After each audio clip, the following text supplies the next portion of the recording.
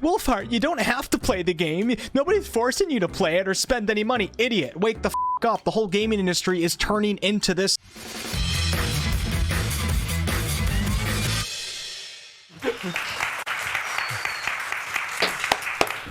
Hello, I'm here to talk about monetization. It's Let's Go Whaling. It is about a summary of a huge bunch of behavioral psychology. So the tricks on how to monetize a game well. Some of you will probably be slightly shocked by all the tricks I have listed here, but I'll leave the morality of it out of the talk. We can discuss it if we have time later. So let's dive right in. First off, Wall Street trader and oil sheikh got into a fight. Who won? You guys did. As well as our very own Josh Lipton. Josh, kick it off. Thank you, Sarah and Bobby. Thank you for joining us. Bobby? Oh, Thanks shit! for having me, Josh. And we should mention, Yeah, Bobby, Bobby's on TV, guys. Check this out. At least initially, though, investors seem a bit underwhelmed. We're about 0.4%. What do you tell those investors, Bobby, about these results? Well, I think they were great results. I think we had a good quarter, and if you look at all the metrics that we measure, we think that we've established a great pathway for growth for what is going to be probably, if you look at the era of gaming over the last 30 years that I've been the CEO, when I look out over the next decade, I see more opportunity for our company than I've ever seen in the 30 years that I've been doing I'm thinking century, Bobby. Let me ask you about that opportunity, Bobby. At least, let's talk about 2020, the pipeline. When you think about your pipeline of games there, what are going to be the big growth drivers this year, Bobby? Is it mobile PC Call releases? Of Duty Mobile? Is it the esports business? Diablo Immortal? What has you excited? What do you think should excite investors?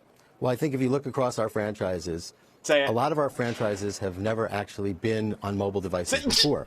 And if you think about the history of gaming, most of the history of our industry has been about middle-class customers in very developed markets. But over the last 5 years, as you've seen the explosion on mobile gaming, we've now transformed the business from a business that operates...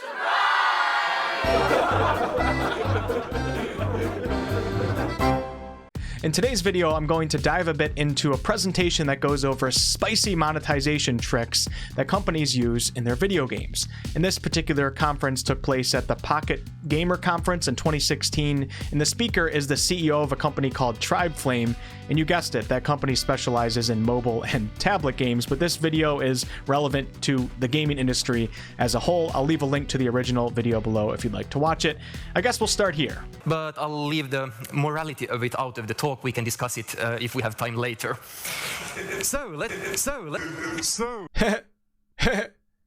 That laugh that you heard at the conference is the laugh of a man that will likely be working for a company that holds the IP to some of your most beloved gaming franchises. So morality is clearly not on the forefront of conversation for many gaming companies. It's a topic that we may talk about if we have time at the end. So now that that's clear, what is most important? Diablo Immortal. What has you excited? What do you think should excite investors? What do you think will excite investors, Bobby?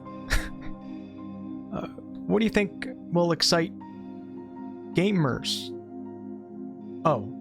Oh, we don't talk about that. Before I show you guys how effed up this conference truly is, I want to preface by saying that when this guy says mobile games, you might as well just hear all games, all platforms, and all genres. Why? Well, because that's absolutely the direction that the entire gaming industry is headed in. You might not care at the moment, but I promise you that you will care when it inevitably starts affecting the games, franchises, and platforms that you've personally always enjoyed. I mean, are MMOs not proof enough that PC is not safe? For the love of God, please spare me the condescending comments. I'm the only one that's allowed to be condescending for entertainment value. The condescending comments where you act like you're on some high ground of superior intelligence over everyone else because you don't fall victim to these immoral cash shop practices. It's not as simple as that. In fact, there's a lot of studies out there that show that highly intelligent people are sometimes more prone to fall victim to addictions. How could that be if they're so intelligent? There's more to it than that. So when you say that, it makes you look actually stupid, because there's more to it than that and you weren't intelligent enough to understand that. So don't say that. Let's just assume that you're actually right, though. Are you going to be a jackass about it, or are you going to help people out? Is it okay to take advantage of people with Down syndrome? No. Is it okay to take advantage of people of lower intelligence? If you say yes to that, then you're a snaky fucking salesman, and I doubt that you have many loved ones in your life. Don't be a jackass. Help us make this better. Be a hero. Be the intelligent hero that everybody needs, okay? the best way to make sure of both your retention and your monetization is to make sure you have enough of an in-game economy in there. The 1,000 up there is actually clearly lowballing it. Top grossing games have in-game economies worth tens of thousands, and that's how you can make them spend a lot as well, since you can, for instance, give a huge discount on something. So why are cash shops getting bigger and bigger? Well, that's part of the reason right there. They want to create a never-ending cycle of buying. Poor players can't do shit and they fall behind everyone. Middle-class players that are willing to spend some money can never ever reach the top, even if there's an illusion that makes them feel like they can reach the top, and then whales will fund, for the most part, the entire operation. And if we look at this from a non-competitive perspective, or from the perspective of a player who even plays solo, that doesn't care about anything around him, doesn't care about other players being ahead of themselves, well, you guys are never going to be able to experience a game in its entirety unless you're the top percentage of those rich players that are willing to spend that money.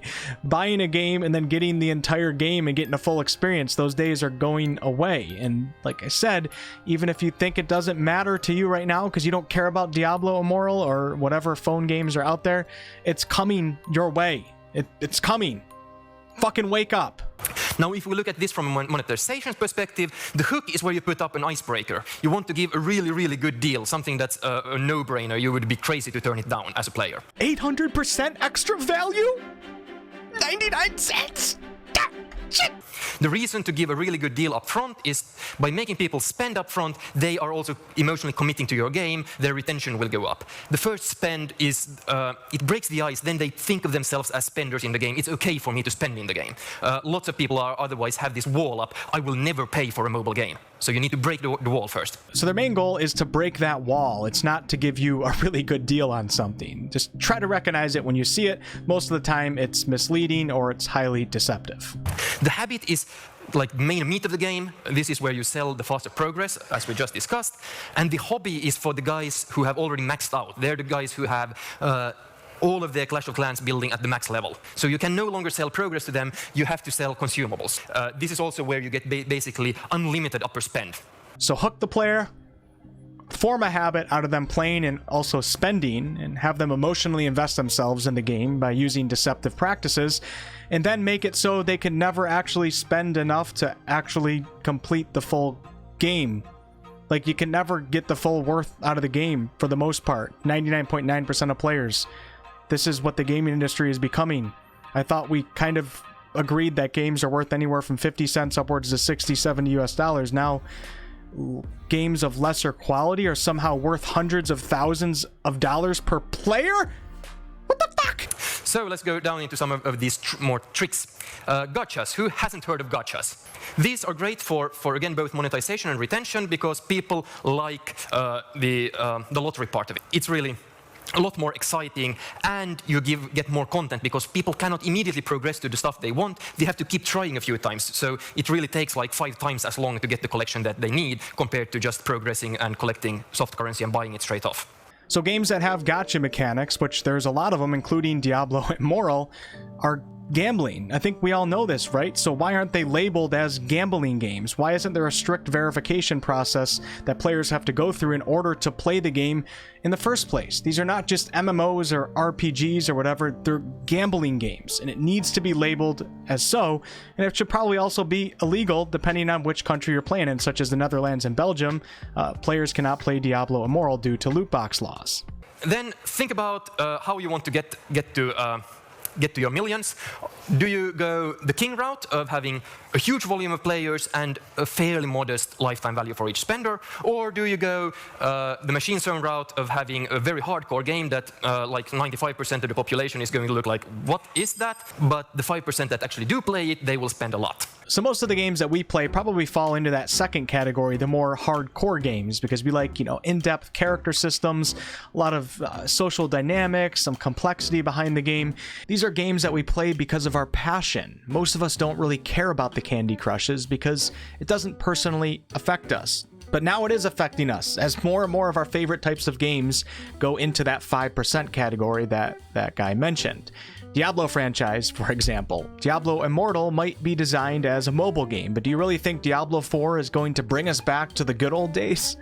Games are being designed to attract us, but they are not designed for us. They're designed for players that will spend a lot more than the game's worth, and it's probably not in their best interest to play these games either, so they're not designed for anyone. I take that back. They're designed for, you know, the investors or the people that are the higher-ups in the company that get to reap the benefits of the profit. Even the game devs probably aren't too happy about the game they've created. So it's literally, games are not being designed for gamers or regular game devs anymore. We're out of the picture. Wolfheart, you don't have to play the game. Nobody's forcing you to play it or spend any money. Idiot, wake the fuck up. The whole gaming industry is turning into this model of gaming.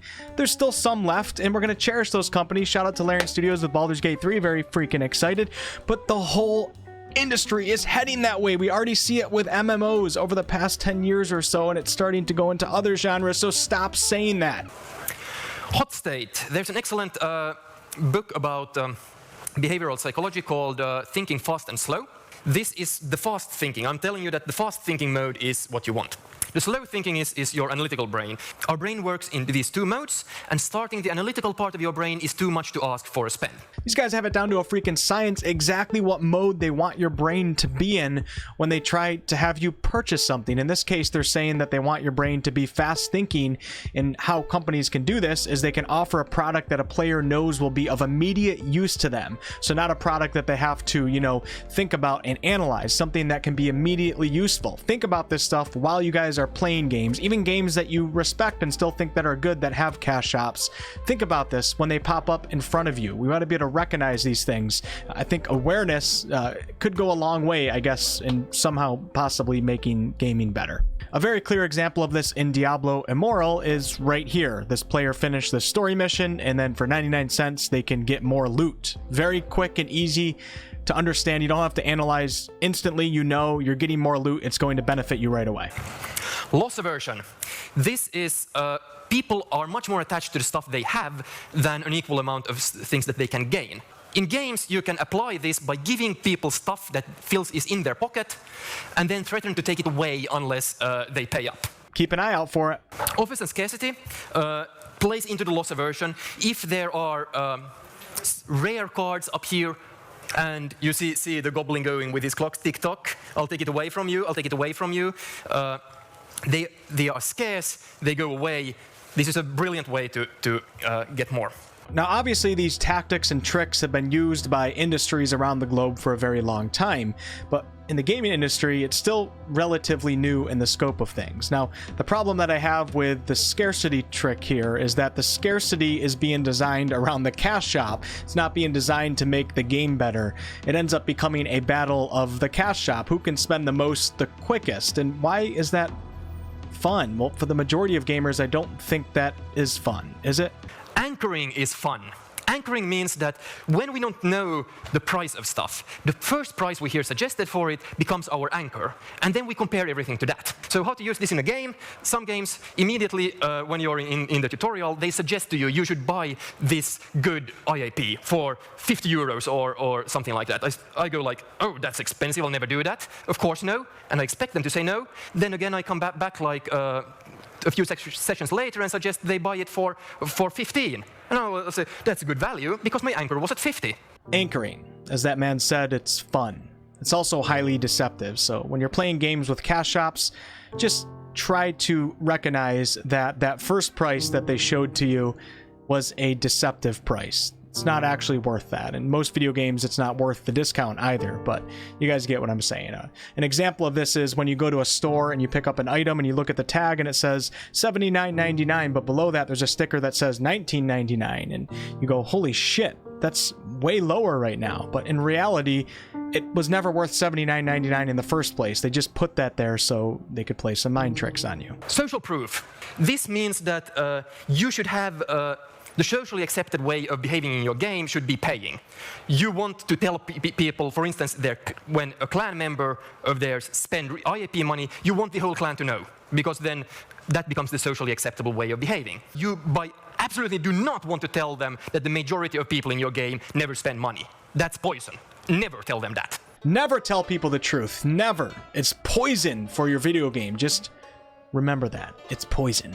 I talked a little bit about pegging in my most recent Diablo video, and for those of you that are unfamiliar, pegging is when you tie one currency to another currency. So in this case, it's tying your IRL money to fictional in-game currency. Now there's several reasons why a game would want to do this with a cash shop. The first one is that it's a little bit easier on the person buying something to use the fictional currency to buy something as opposed to directly buying things with their own money. There's a little bit of a psychological effect that doesn't make you feel as bad when you use that fictional currency.